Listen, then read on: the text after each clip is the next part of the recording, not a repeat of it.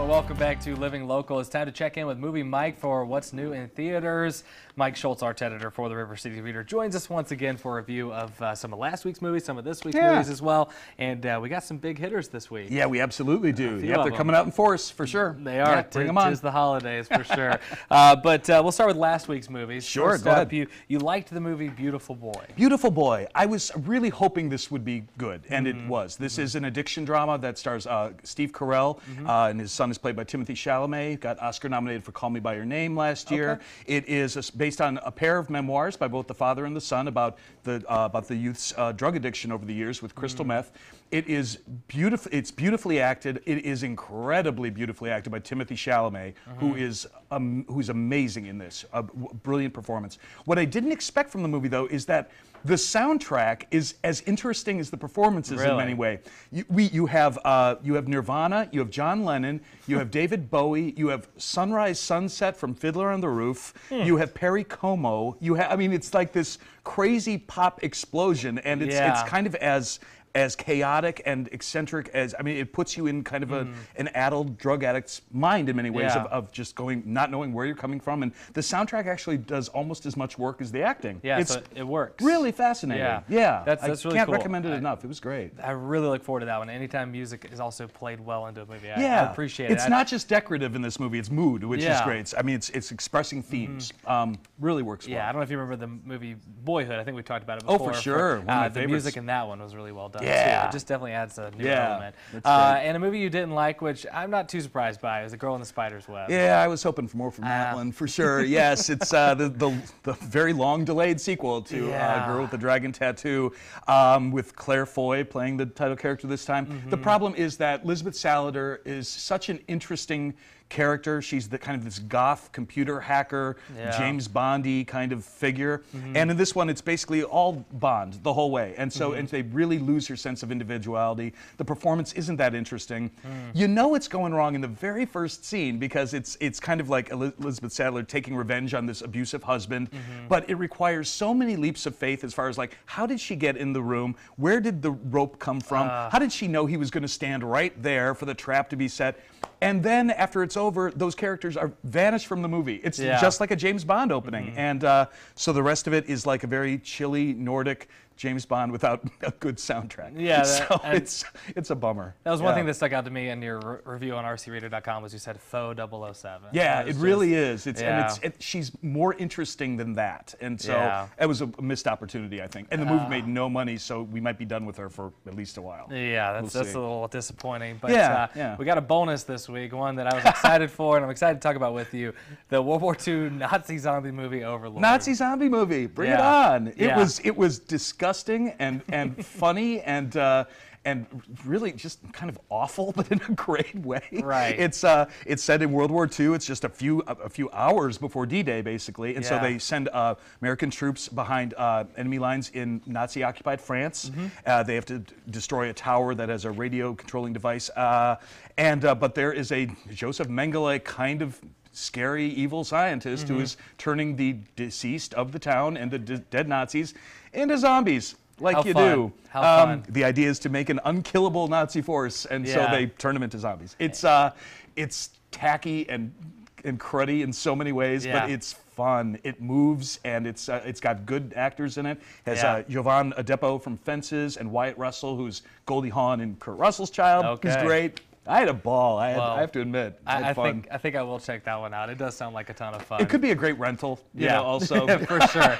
We'll wait till Redbox. There you go. But it's fun. Yeah, for sure. Okay. Well, we got a bunch of heavy hitters, so we'll move pretty quickly through these. Sure. But the first one up, I'm excited for because I love the Harry Potter universe. But J.K. Rowling's Fantastic Beasts: The Crimes of Grindelwald. The Crimes of Grindelwald. Yeah, that's a title I'm not going to remember after today, by the way. But yes, it is a sequel to Fantastic Beasts and Where to Find Them from a couple years ago. It's J.K. Rowling again. It's a zoologist named Newt. He's a magical zoologist. There are crazy creatures. There is Grindelwald, is an evil wizard who's kind of trying to turn America into this fascist totalitarian society in the mid-20s. So it's got political echoes. The villain is played by Johnny Depp. All right. But it also returns us back to Hogwarts at some point. We get to meet a young Dumbledore played by Jude Law. Fantastic actor. Great casting, I think, in that role. I do too. I'm really psyched about that. as far as the first one goes, I had a good time. Costumes are great. Production design is good. It's funny. Some of the supporting characters are really a hoot. Yeah.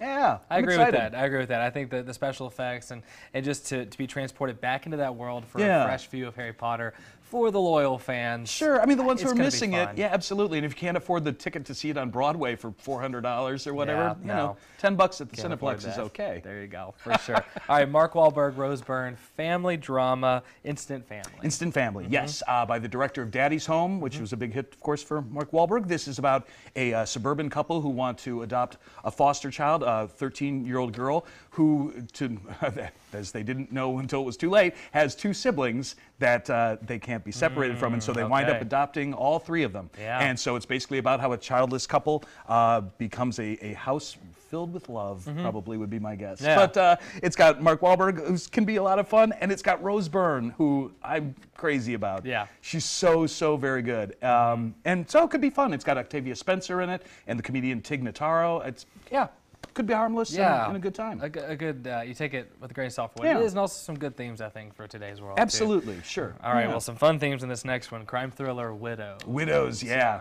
Yeah, I'm stoked about this one, I got to admit. This is directed by Steve McQueen, who did 12 Years a Slave, was his most recent feature.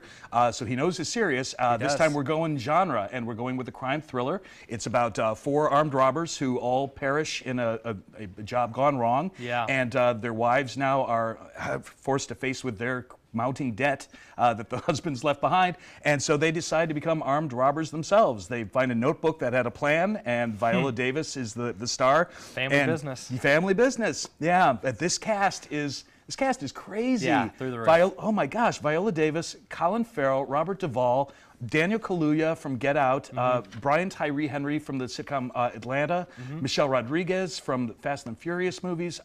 It's just front-loaded with talent. I can't wait, and I love Steve McQueen's films in general. So yeah, 12 Years a Slave got some big nods, for some sure, big wins, and, and I think this one looks fun. Absolutely, yeah. Alrighty, and Melissa McCarthy taking on a serious role in a literary drama. Can You Ever Forgive Me? Can You Ever Forgive Me? I'm really looking forward to this just because the story is so fascinating. It's a real life story based on the life of an author named Lee Israel, who in the early 90s couldn't get her own books published. She was a celebrity biographer. So what she started doing was forging these letters from famous literary and Hollywood characters from the 20s and 30s and selling them to bookstores as the genuine article. And so she was making a lot of money doing this for quite a long time until people started getting wise and saying, is that really from Dorothy Parker? Is that from Fanny Bryce? But it's supposed to be an incredible dramatic turn by Melissa McCarthy, who has, I think, deserved a good drama for a while. Just because the comedies are starting to wear a little bit thin for me. And she's got so much talent. She's been good for 20 years. I mean, I remember this movie called Go from like the late 90s. It's kind of this exciting action thriller thing. She's in it for like 30 seconds and steals the whole movie. Really? And and I actually, in my review way back when, 20 years ago, was like, keep your eye on Melissa McCarthy because she's going to be amazing. Yeah.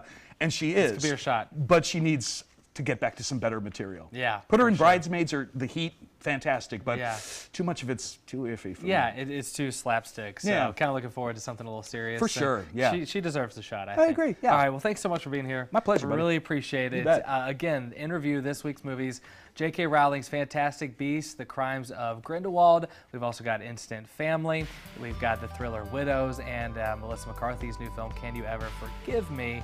Really big heavy hitters this week. Gonna be a fun one. You can also read Mike's movie reviews inside the latest reader on stands everywhere and online at rcreader.com. We'll have all this information posted on ourquadcities.com. We'll be back with more Living Local after this.